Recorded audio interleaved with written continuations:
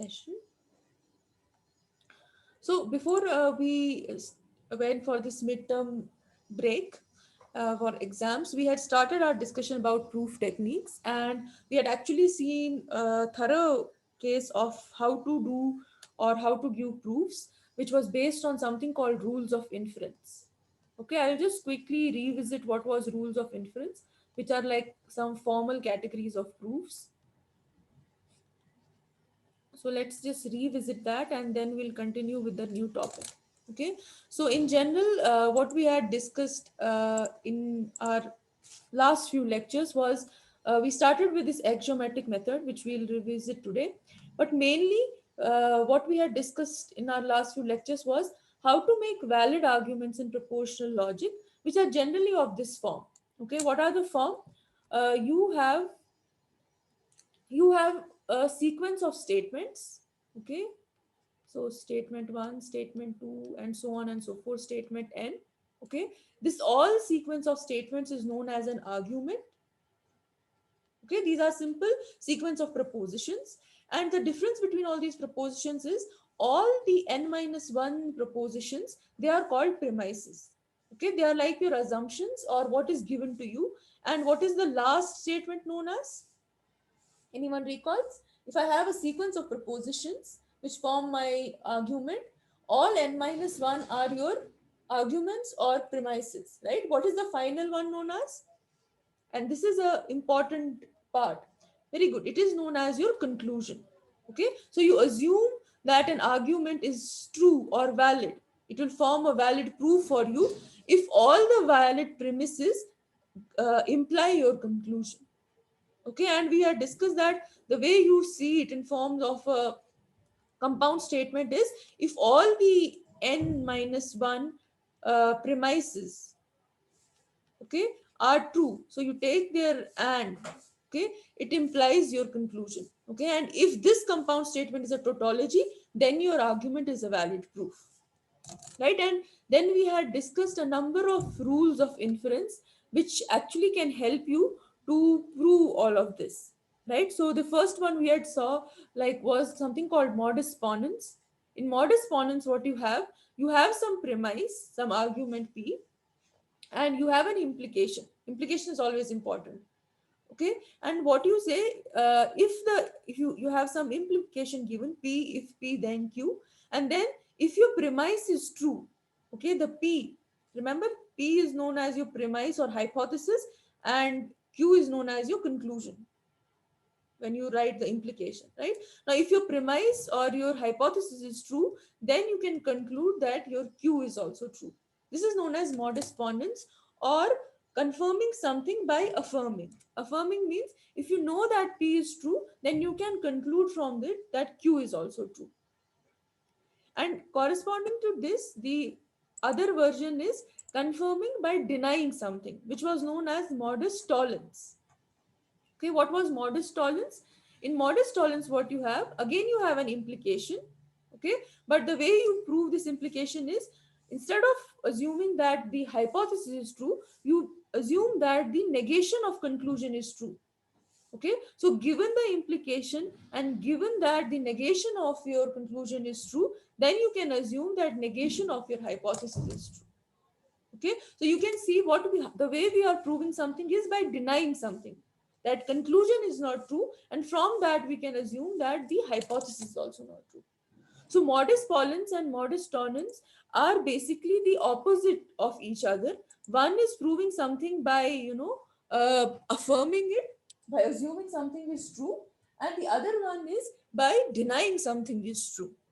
Okay, like you can see here, if you see it in the statement form, modus ponens is if A is true, then B is true, which means it's an implication. A implies B. And then if the hypothesis is true, okay, then you can conclude that P is also true. Whereas in modus tollens, it's opposite, it's denying.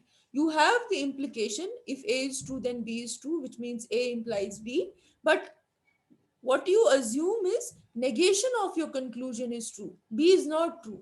Okay, and from this you can infer that A is also not true. Okay, and we had seen this using various examples. how we can assume that a given inference is true. The way we do it is we write it in form of modus ponens and modus tollens structure and see if the inference follows from the two. Okay, and apart from this we also saw various other rules of inference, like you have addition, simplification, you have syllogism, hypothetical or disjunctive, and so on. The last thing we had discussed in our lecture was rules of inference for quantified statements. Okay, in general, we saw that there were two rules of inference, whether it's a universal quantifier or an existential quantifier. The two were either the generalization, which means you have something proven for a specific case and you generalize it for all x in the domain, or you have instantiation, that is, you have something proven for all and from that you infer it for a special case. So these kinds of two rules of inference hold for both of the quantified statements, whether it's a universal quantifier or it's an existential quantifier, right? And this is where we had ended our last discussion, that is how to do formal proofs using various rules of inference. Okay, and the main structure, like a long story short, what you need to remember here is whenever we prove anything using rules of inference, there are three things involved. You have an argument, which is sequence of propositions. Okay, and the last proposition is known as your conclusion. So all the n minus 1 propositions are known as your premises, and the last one is known as your conclusion. And you infer conclusion from premises based on what rules of inference you use. Okay, whether it's modus ponens, whether it's modus tollens, or any other rules of inference. Okay, so this is what we had ended our last lecture on. Okay, any questions regarding what we had already discussed? Before I start with the next part of this module, any questions till this point about rules of inference, general rules, or for quantified statements? Yes, class. Any questions, or you have already forgotten about this? Okay, great. Okay, so let us now start with some other proof techniques. So, other than the rules of inference. So, before I go there, we'll just revisit, what is a proof and some terminologies related to it, because there are some students who joined late, so that they are also, they are able to follow this module properly. So, if we revisit proofs in general, what is a proof? So, proof is any valid argument which will help you establish any mathematical statement. If I make any mathematical statement, for example, I write this: for all x, say 2x square plus 1 is less than 10. So, this is a mathematical statement, right? But to prove that this is true, you can write any mathematical statement which can be vague. But to prove that it's a true statement, it holds for certain values, you need to establish that it's a valid argument. Okay, and how do you establish that? All those steps or all those arguments are known as your proof. Okay, in general, the way proofs work is you assume certain hypotheses or you assume certain axioms, which is like already established facts, and then you use some rules of inference or some deduction steps to prove the truth of the statement that you want to prove. Like if I want to prove this, I cannot do it directly until and unless I know what is the range of x, or I know some constraints on x. I cannot say, can anyone tell me whether this is true or false? Can any one of you tell this is true or false by just looking at this? Not the entire statement, only what I have highlighted in yellow. If I'll just tell you this proposition. Can any one of you tell me whether this is true or false? You cannot tell, right? But suppose I give you this: for all x in real number, is this true or false? Can you now tell?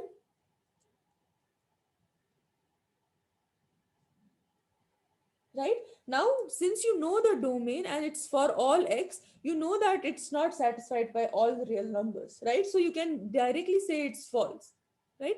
So that means based on some constraints on my values, or in general based on some facts which I know for sure are true. That's how I can, conclude the truth value of my statement.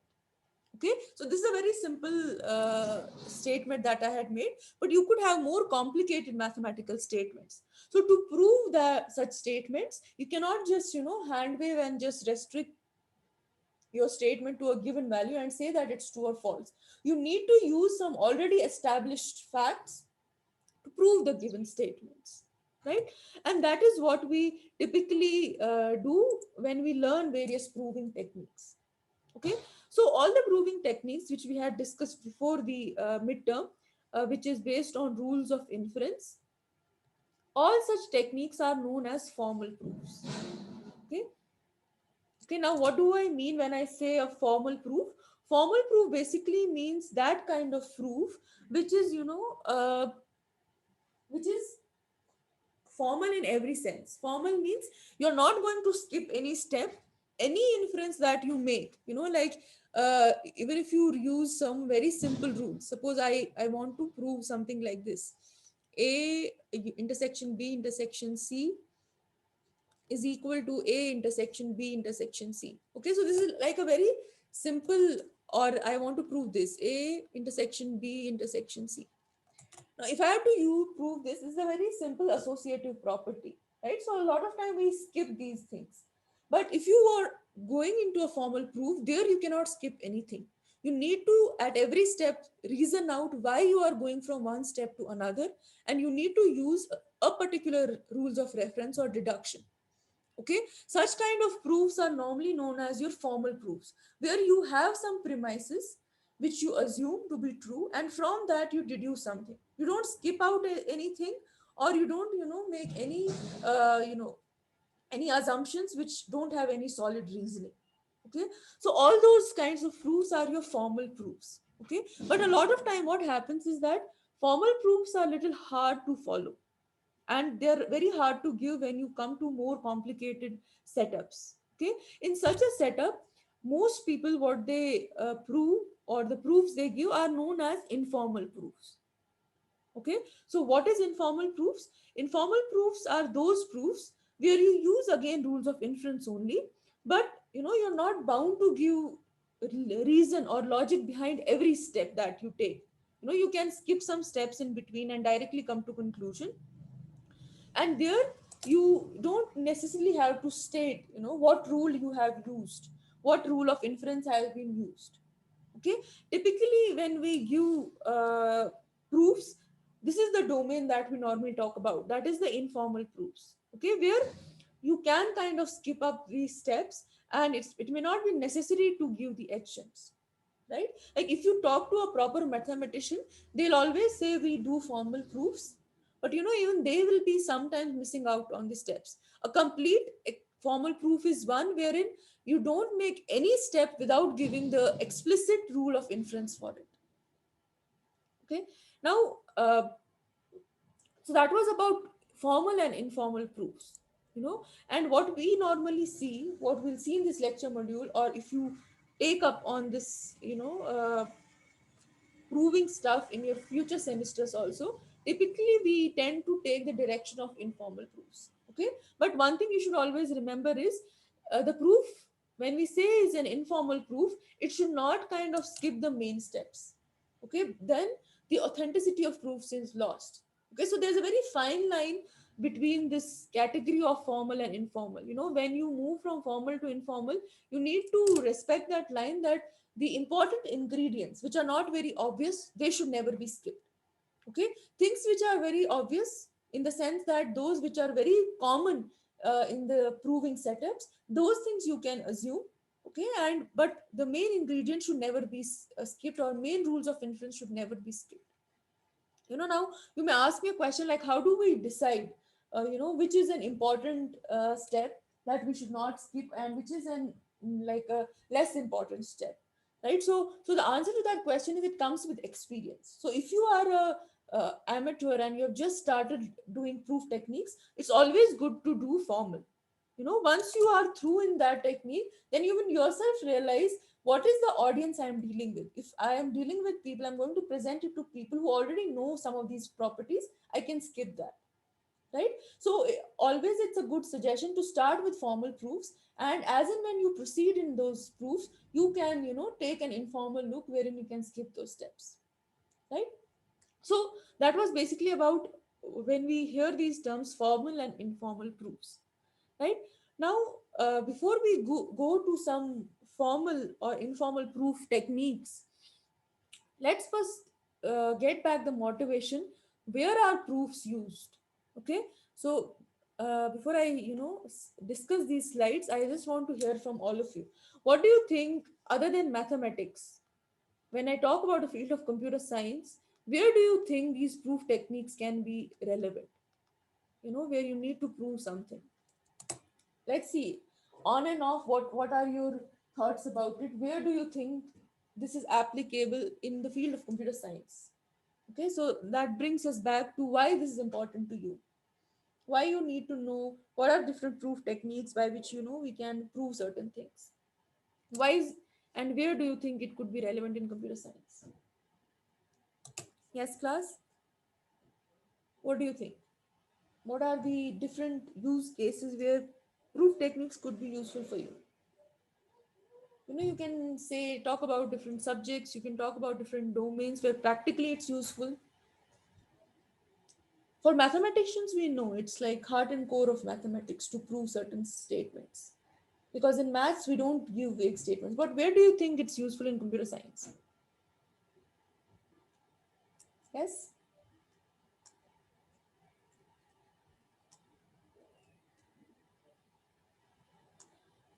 So proving certain algorithms, you may say that whether certain algorithms are working correct or not, right? That's what you mean. Otherwise, we don't prove algorithms. Algorithm is a sequence of steps.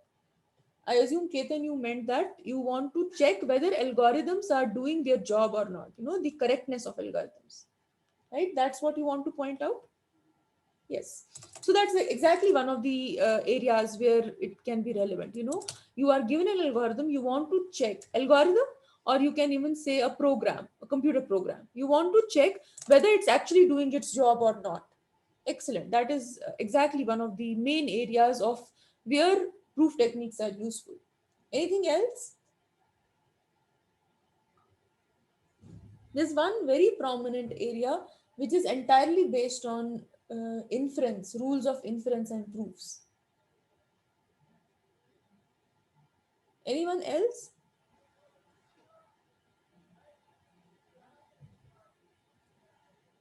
Yes, class. Anyone else? What could be the other use cases? What about artificial intelligence? What do you think it is primarily based on? So I'm assuming everyone knows about it, even if you have not studied it in detail. But everyone knows what is artificial intelligence, right? What is artificial intelligence based on? Like, what do you all know about artificial intelligence? What is it all about? Things like machine learning, AI, neural networks. What are they all doing?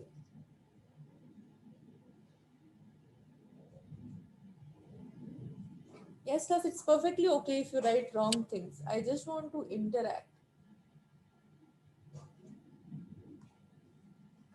Yes?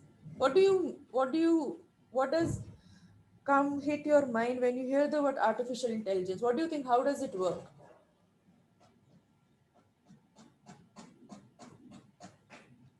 Come on, class, you're all budding IT CS students. Okay, so Japsima says it's based on our certs. So when I say intelligence, what are we doing?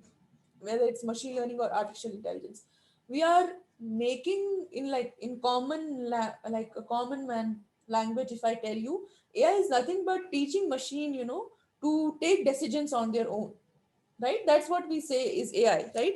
To teach a machine, to give intelligence to a machine, or teach a machine to take decisions on their own, right?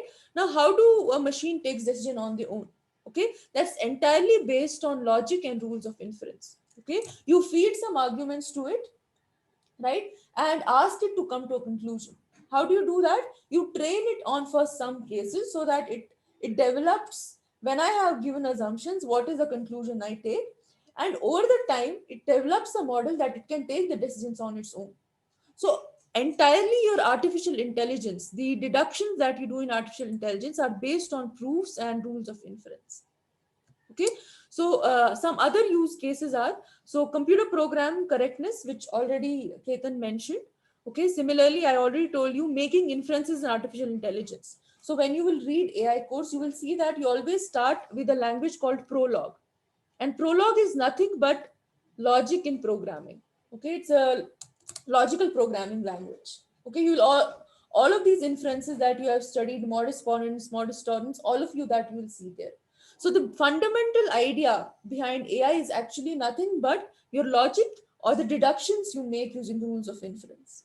Okay, other than that, some other practical applications where proof techniques are useful, which are completely practical, no theoretical subject involved, is checking the security of operating systems. Okay, so when you will study operating systems course, you will see there are a lot of technical issues which can arise in operating system. There can be race conditions, there can be some scheduling problems. So if you have to check whether your operating system is secure or not, you want to check whether certain specifications are met or not, all of that can be done by proof techniques. And specifically, the kind of techniques which are used for checking such systems are known as automated reasoning systems, okay, which are nothing but formal proofs. Formal proofs taught to a machine so that they can check given conditions are met, and all the aspects, whether it's of security or of any application, they are met. Okay, and one more application where proof techniques are useful are assuring that system specifications are consistent. Like a lot of times, if you are a software developer or you are a hardware developer, like suppose you are an Android developer, you have made some products for your Android. Now that product cannot work for all the Android generations, like very old generations. You'll always have, every product has a range. It will work for some of the older generations, maybe one or two, and maybe some further one or two generations above, but it cannot work for all. So when I develop a software or a hardware I propose in the market, it will always come with specifications for what systems or for what configuration it works. Okay, so this configuration setup can actually be written as a sequence of statements. Okay, and this can be proved using the rules of inference. If all your specifications are met, okay, only then your product is going to work, and your conclusion will be that your product will work. So all these practical systems which are come in system development, software development, artificial intelligence, program verification, all of them have fundamentals lying in proof techniques, and most of them derive the proof techniques which are based on logic and inference. Okay, so that is where practically, not just in your subjects, because in subjects you will see whether it's your DBMS or theory of computation, you will see all of this coming, but even in practical aspects, proof techniques are important, and this is something which people day in and day out use who are working in all these domains. Okay, is that clear, the motivation examples where proofs are related to computer science? So normally we do it at the end of module, but in this module I'm trying to do it before only. Okay, is this clear where proof techniques are relevant? Are you able to like visualize it? See, we are not discussing exactly how system specifications are met, but the idea should be clear. Before you do the methods, you should know where it's applicable. Okay, great. So then let us start with the proof techniques, and let's just quickly revisit the terminologies, what all things we are involved with, the key terms. Okay, so the key term which we normally deal with proof is a theorem. Okay, whenever we have to give a proof, we normally say that we give a proof of a theorem. Okay, so what is a theorem? Theorem is some mathematical statement which actually we need to prove. Okay, and in terms of applications which I mentioned, so theorem could be like, given us a set of system specifications, prove that the given software will work for the specifications. So anything changed into a form of a statement which you need to prove, okay, is what is known as your theorem. Okay, apart from theorem, We can also have some less important theorems which are known as propositions. Okay, but in general, whenever we want to prove anything, we are talking about a theorem. The more powerful results we need to prove, we talk about theorem.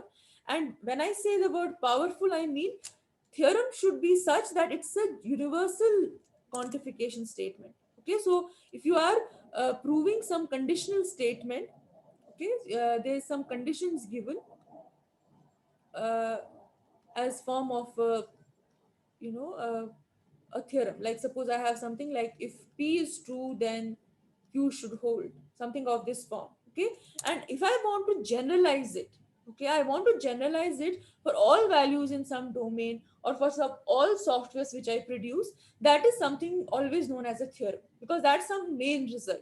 Whenever you try to generalize any statement for a larger domain, it always comes with the idea that you're proving a theorem. Okay, it's not a proposition any longer. And we already know how to prove a theorem. It is done by giving a proof, which is nothing but a valid argument. Okay, and we already know what is the argument. It's a sequence of propositions based on certain premises followed by a conclusion. Right? So whenever we deal with proofs, we deal with theorems. Okay, but apart from theorems and propositions, there are some more terms involved. Okay, you have things like lemma, corollary, and conjecture. Okay, so what is lemma? Lemma is again some statement, okay, but which helps you to prove other results. So normally when you have to prove some complicated stuff, you never prove it end to end. Okay, always a suggested version is like when you do programming, it's always suggested don't make a single program. Okay, if any one of you has ever involved in a very large project, you will see your developers will always tell you don't develop a single program. Okay, what is a better strategy if you have to work on a project? You are asked to make small components, okay, so that your error checking verification is correct. You are suggested to do divide and conquer technique. Divide your program into units, small units, check and verify each one of them and connect them. Same thing applies in proof techniques also. If you have to prove something very complicated, it's always suggested to prove small lemmas and then combine them to prove a common theorem. Okay, so in that context, what is lemma? It's nothing but again a powerful result, but which is used to prove some more higher results, which connected together can prove you a more higher result or a theorem proof. Okay, so all these things, whether it's you start with an axiom which is like proven facts, it can give you the proof of lemmas, and lemmas can help you to give the proof of your main results or theorems. Okay, so all of them are connected in a hierarchy. Okay, but apart from these, we have things like corollary. Okay, what is a corollary? Corollary is not related to these axioms, lemmas, or proposition or theorems. Corollary is something which you can establish or infer from a theorem. Okay, like I can give you, suppose this is my theorem. I say you for all x, same thing, 2x plus 1 is less than 10. Okay, assuming this was true. Okay, can you infer anything from this? Any other mathematical statement can you infer from this? Suppose I tell you that this is my theorem, okay, and this is true. Can you infer this from this? Okay, I am telling you this is true. Okay, this is the theorem I have proved using proofs. Can I infer this from this? Forget about formal proofs. Like logically, can you say that this is true?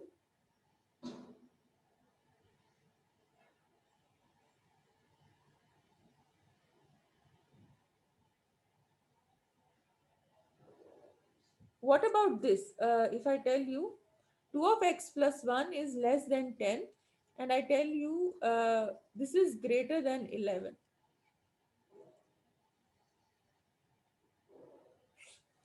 Or rather, let me correct it in a better way.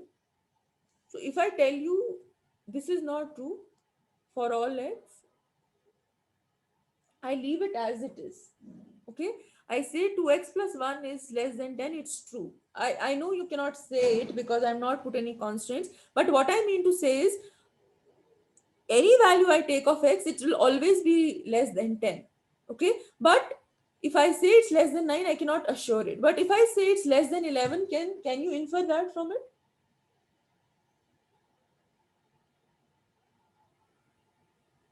Right? So this kind of inference, when something is true and you can directly prove the results without explicitly proving that this is true, such kind of results are known as corollary. Okay, what is a corollary? It is something which you can directly infer from the some already proven theorem without actually giving the proof. Okay, and how did you infer it? Because we know 10 is less than 11, so if anything is less than 10, it will definitely be less than 11, right? But if I write anything less than 9, I don't know if anything falls between 9 and 10, right? So I cannot really say anything about it, right? So any such result which does not require a formal proof and it can directly be inferred from a theorem is known as a corollary. Okay, the last thing which is relevant to this proof techniques is something called a conjecture. Okay, now what is a conjecture? Conjecture is that technique statement which you propose to be as a true statement. Okay, you're not sure whether it's true or not. You don't have a formal proof for it, but you make some guess or you have some partial evidence that this is true, and on that basis, you say that you just propose that this is a true statement. Like suppose I make a conjecture that all IT students are good at programming. I don't have a full evidence that all my IT students are actually good at programming, but suppose I take a sample of your batch and I ask them to do some programming for me and I found them good. And on that basis, I just make this vague statement that, all IT students are very good programmers. So since I am proposing it, but I'm not sure whether this is, a universal generalized statement or not, it's only a conjecture. Okay, now when does conjecture become a theorem? Okay, a conjecture becomes a theorem only when I can give a formal proof that this is true for all values. Okay, so you have a theorem which you prove is true for all values, it holds for universal quantification, and conjecture is something which you propose to be true but you don't have a valid proof, you only have some partial evidence or some guess that it could be true. Okay, so these are like the main terms which are associated with all these proofs. Okay, you have theorem, which is your main result. It can be proven using the already proven lemmas or already established facts like axioms. Then once a theorem is proven, you can derive from it corollary, which doesn't need a proof, which is just an inference from it. And you have something called conjecture, okay, which is just a proposed statement assumed to be true, but it can become a theorem only when you give a formal proof of it. Okay, so these are like the main terms and terminologies which you can encounter if you are going through any proof techniques. Okay, uh, and just please note that these are not any formal definitions I am giving. Okay, at different places you will find different formal definitions of these lemmas, corollaries, and conjectures, right? But the main idea is same. Okay, a conjecture can never be a theorem or a proposition. Okay, it will always be a proposed true statement. Okay, similarly, a corollary can never be a lemma. Corollary means something inferred from it, right? But if you look at things like lemma, proposition, there's a very thin difference separating out them. Okay, are these terms clear? I mean, it's a bit theoretical, but it's necessarily to before diving into the main techniques. Yes, any questions? Yes, Aditya. Somebody asked. Oh, no questions. Okay, so I want to today start with the first technique, which is your direct proofs. Okay, so let us start with the direct proofs. So all the proofs that we are going to see, on the next couple of slides, all of them you will see will be based on the implication, the conditional statement. Okay, this is a very powerful statement in proof techniques. So let us start with the first category of proof techniques, which are known as direct proofs. Okay, so what is a direct proof? Okay, a direct proof of any conditional statement P implies Q. The way it is constructed is, first assumption is done is you assume that P is true. Okay, so whenever you need to prove a conditional statement P implies Q is true, the first step always is to assume that P is true. Okay, after that, what you do, you construct different steps using rules of inference and other steps to come to a conclusion that Q must also be true. Okay, now let us relate it. I deliberately kept the truth table of P implies Q here to relate to this fact. How is it true? What we are saying here is, what do we do in direct proof? If we want to prove P implies Q is true, okay, we first assume that P is true. Okay, and then we infer that Q must also be true. Why is it so? Let's see from this table. Okay, what we need to show here is P implies Q is true. That means we are dealing with these three cases. Okay, to show that P implies Q is true, I told you the first step you have to do is assume that P is true. Okay, now if P is true and you want to infer that P implies Q is true, so what is the only case we are talking about in this truth table? Yes, class. Out of the four cases which you have been stated in the truth table of the implication, what are the case we are dealing with? Okay, we want to show P implies Q is true, but assuming that P is true. So, what is the only case we are dealing in this truth table? Just look at it, what we are looking for. We want to prove that P implies Q is true by using P and Q. Okay, and our assumption is P is true. Okay, so the only case we are looking at is case number one, because that is the only case where the assumption is true and the implication is true. Okay, so that is where you can get how do we prove it. Okay, so if you have to prove that P implies Q is true and you assume P is true, so only thing you have to infer is Q is also true. Okay, only then you hit this case. Okay, and that is exactly what direct proofs do. What they do is, if you want to show that a conditional statement is true, what they do is, you first assume that P is true. Okay, then using certain steps or modifications you do, you show that Q is also true. Okay, now if your P is true and Q is true, you automatically know from the truth table that your P implies Q will also be true. Okay, so as we'll see in certain examples, so this is what you do in direct proofs. You have a P which is your premise or your hypothesis, you assume that is true. Okay, then using certain steps you show that Q is also true.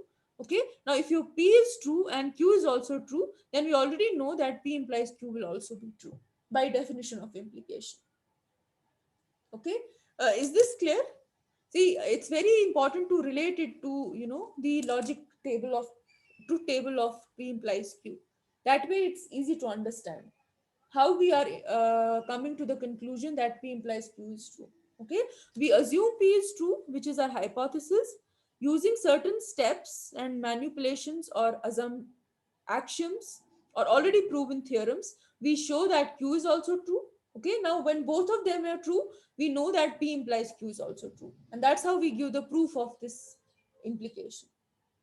Okay, so let us understand it with help of some examples directly. So suppose you are given a question that give a direct proof of this theorem. Okay, what is the theorem? The theorem is, if n is an odd integer, then n square is also odd. Okay, you can see it's of the form P implies Q. Okay, if suppose P is your n is an odd integer and Q is n square is odd.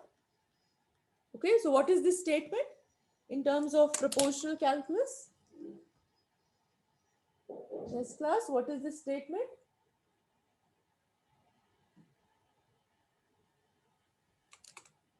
Very good. This is simply P implies Q. Okay. Now, if you have to prove this theorem, you need to prove that P implies Q is true. Okay.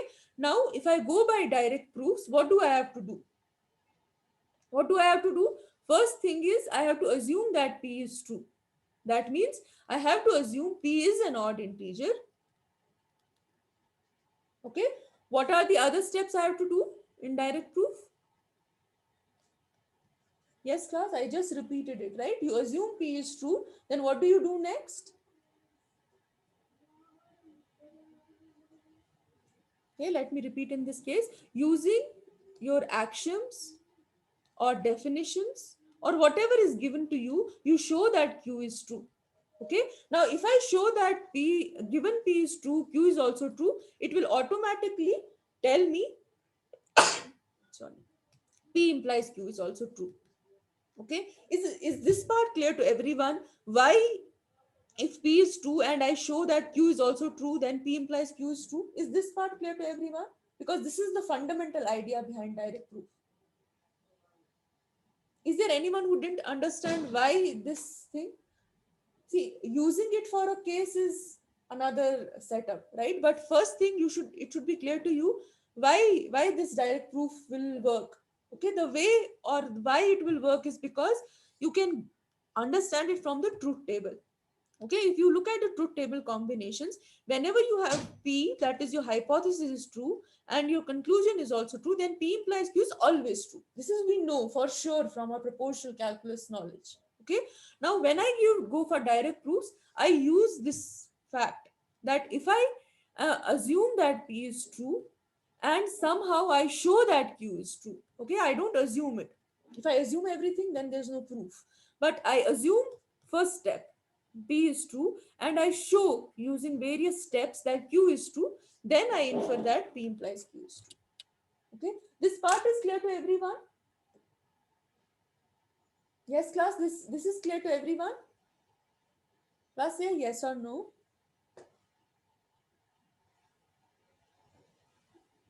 Okay, then let us use the direct proof for now this question.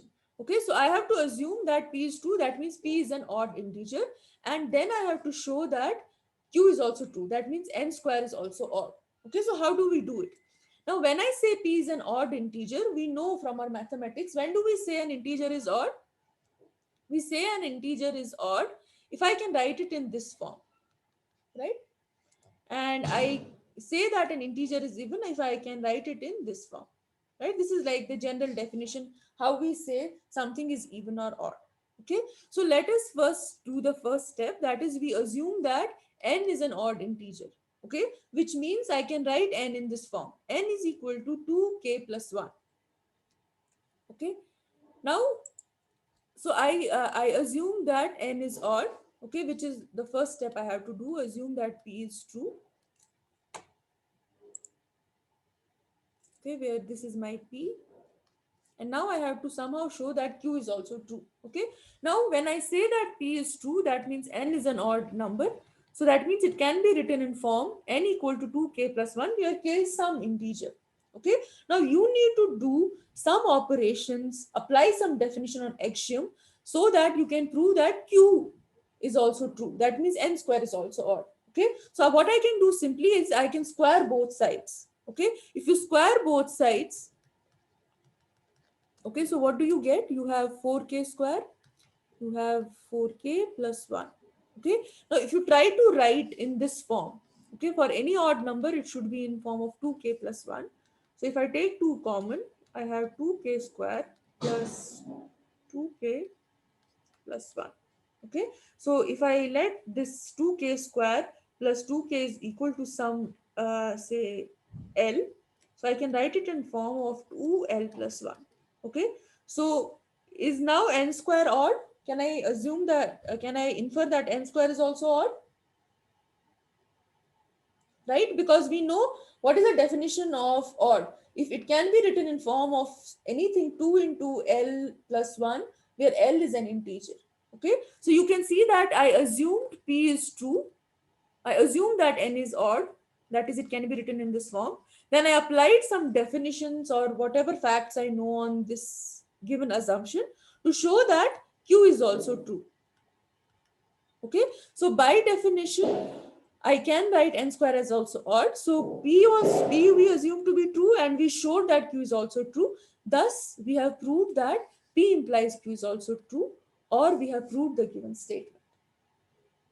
Okay, is this example clear to everyone? Yes, class, is this clear? Okay, so now I want you to try this one using direct proof. Okay, what is this? So you need to give a proof that if m and n are both perfect squares, then m into n, if you take their product, this is also a perfect square. Okay, and what is the definition of perfect square? A perfect square, an integer b is said to be like integer a is said to be a perfect square if it can be written as a square of the given number. Okay, now you need to prove this statement. Okay, so first of all we need to write it as a conditional statement. Okay, how do I write it as conditional statement? So what should be p in this case? Just look at what I need to prove.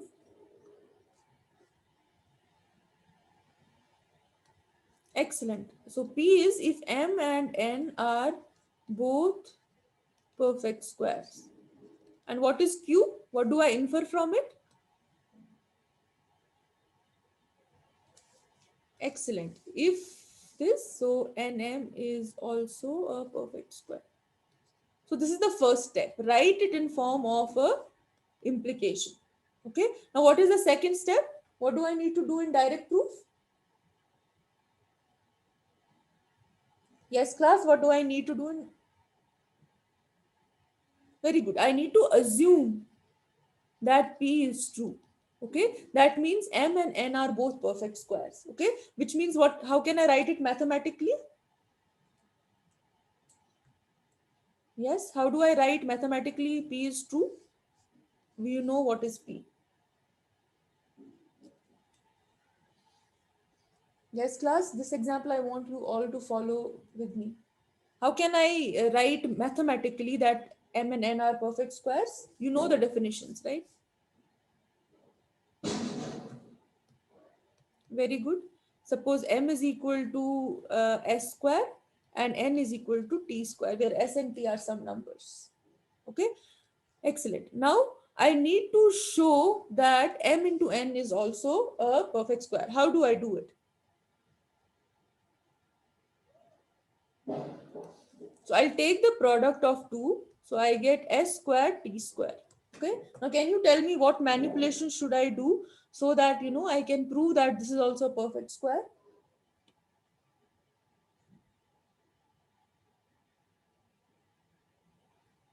These are very easy questions. You just have to be very subtle about what manipulations you do.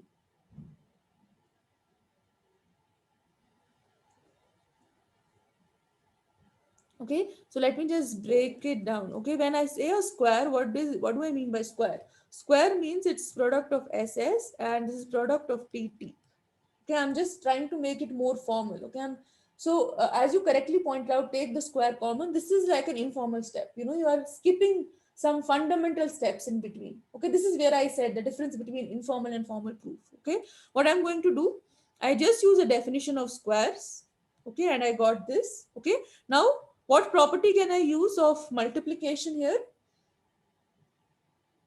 So what I want to get to is st whole square, right? So this, you could have directly jumped to it by saying take square common, right? Like most of you pointed out. I want to do it formally step by step. So what I did in this step is I use a definition of square. It's product of the two numbers. Now what property should I get to this? Any property of multiplication we know which is useful here? So you can directly use the associative and commutative properties. Very good. Associative will give you the split up, and commutative can help you to take the two numbers across. Okay, and that is where you get st whole square. Okay, so you can see mn is also, so if you let st be some number k, it is also a square of some integer, right? Which means what we can infer from this, when I show that mn is equal to st whole square, what do we infer from this in terms of p and q, right? But first, from this step, we imply that q is true, right? Because q was mn is also a perfect square, which we have shown here. Okay. Now, if we have assumed p is true and we showed q is true, we know that p implies q is also true, and that is where we get the proof. Okay. Is this clear how to do direct proofs? Okay, so main thing is you write the theorem statement in form of a conditional statement, right? That's where it is applied. Then You assume P is true, and then using the given axioms, already proven lemmas, facts, definitions, you, based on that assumption, you modify that assumption to show that Q is also true, and that's where you are done. Because if P is true, Q is true, your P implies Q is true, and that gives you proof of statement. Okay? Is that clear? Is that clear to everyone? So I'll stop there. Is this clear? So we'll discuss indirect proofs tomorrow.